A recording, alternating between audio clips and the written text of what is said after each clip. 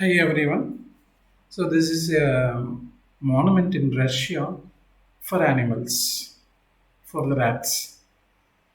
Normally, for any empirical research, experimental researchers, whenever we want to find a medicine, that medicine it is given to animals. Upon successful, they will give to human trials. After human trials, they will give to humans. This is the way in which the medicine is being tested. Therefore, in order to give respect to them or thanks to them for the animals, this is a monument for rats. For example, suppose if you want to find the medicine for sugar, they will take normal rats. For that normal rats, sugar will not be there, diabetes will not be there.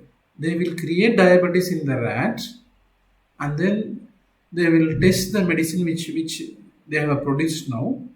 If it cures diabetes, then that medicine will be tried for humans, human trial, clinical trials. If it is found successful for the sample, then it is given to the rest of the humans. This is how it is being done. Therefore, because of the humans, many animals they will get diseases. They will be troubled in the laboratories. Therefore, we have to thank animals. For that only, this is the monument. Now, let us go for a new theory, learning by insight. Before that, we will give one problem. Before you, there is an image in which you can see a triangle in which there are many lines.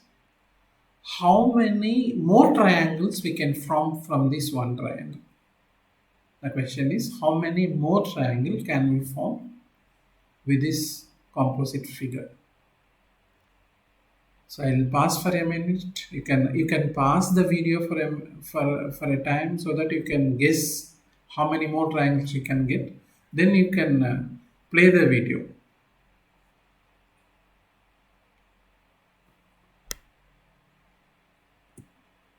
So this is the answer, and the answer is 24. 6 in a row into 4 rows, 6 fours are 24 number of triangles you could get.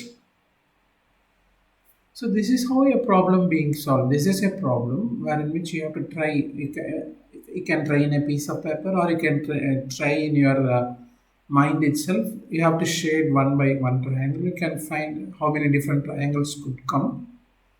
As you keep trying, you may get the number increasing more. And if you could have reached 24, then eureka. Then that is eureka. If you are getting 24 as an answer, that is a final answer which is right. And normally this final answer it will come as a sudden occurrence. Sudden occurrence is called as insight, learning by insight. Okay. Learning by insight is given by Wolfgang Kohler, and there is a story behind. This was a series of experiments done by him.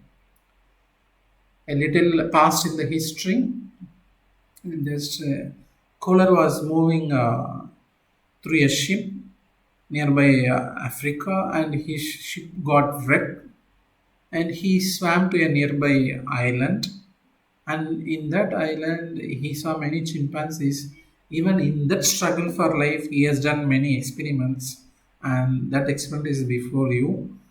He has conducted a series of experiments. He has placed bananas to at some height where the chimpanzees could take it, and that is a problem for the chimpanzees. It has taken the banana through by means of a stick. It has taken the banana by means of arranging the box, so on and so forth. By the series of experiments, he has promulgated the theory learning by insight, where a problem is solved. We have to keep on thinking over it. That is called as incubation. We have to keep on thinking over it, and in some part of time, we will get the answer, and that answer is learning by insight.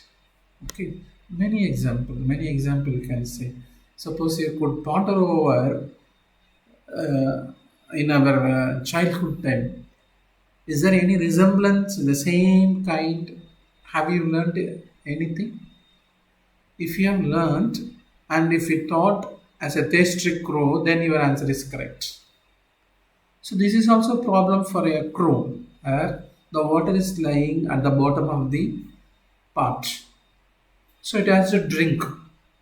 What it has done, it has fetched many pebbles and it has put to the pot, and as the water rises, it drank and flew away happily.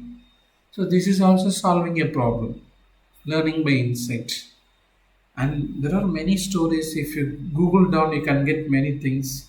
And I would like to show one more where the crow, it can get many walnuts. Walnuts, it is not easily broken by crow's beak. Okay, what it has done is, it is the crow uses its intelligence. Normally, it goes. It has happened in Japan also. You can Google and find it out. Where it goes to the traffic area where many vehicles will come. It will sit over the tree. If a red light comes, all the vehicles would stop. It will flew down and put the walnuts, and it come up and sit in the tree. Again, the green light goes. The vehicles pass over the walnut. It breaks the walnut. When it will get it back, again the red light glows.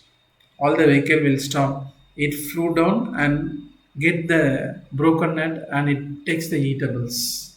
See, the crow knows the rules of the traffic, and it utilizes to break its walnut to get the eatable inside. So crows uses intelligence. Even it forms tools. Just you Google it in the and find. Just you type it. Tools making crow. You can get many videos, and these are the examples for a tasty crow, and this the a crow which makes which utilizes the traffic rules. Many things. All these are a problem solving technique.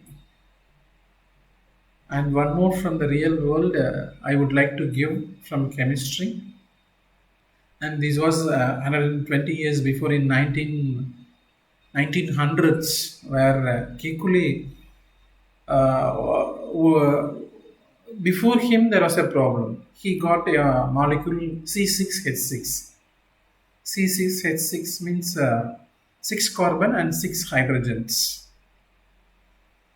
The structure of the compound he has to find. Till then, there are many linear compounds like methane, ethane, propane, butane, pentane, hexane, etc. They don't know the closed ring compound, cyclic compounds.